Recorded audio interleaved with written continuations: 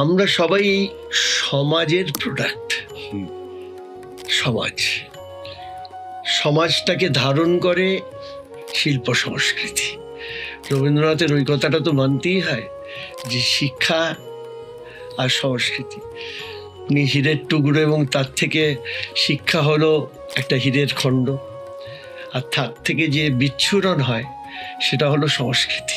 এই যে সংস্কৃতি আমাদের ধরে রাখে সমাজটাকে, আজকে বলতে কোনো অসুবিধে নেই যে সংস্কৃতির ওই পাত্রটির অবস্থা এখন শতচ্ছিন্ন, এবং সে যে সমাজটাকে ধরে রেখেছে তাতে তো পচন ধরেছে, এটা তো আমরা অস্বীকার করতে পারি না।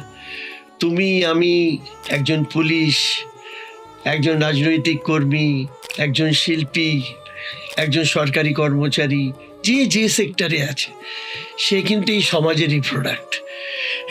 কাজেই সমাজের যে খারাপ দিকগুলো সবাই সবটা কিন্তু ছাঁটাই করতে পারছে না।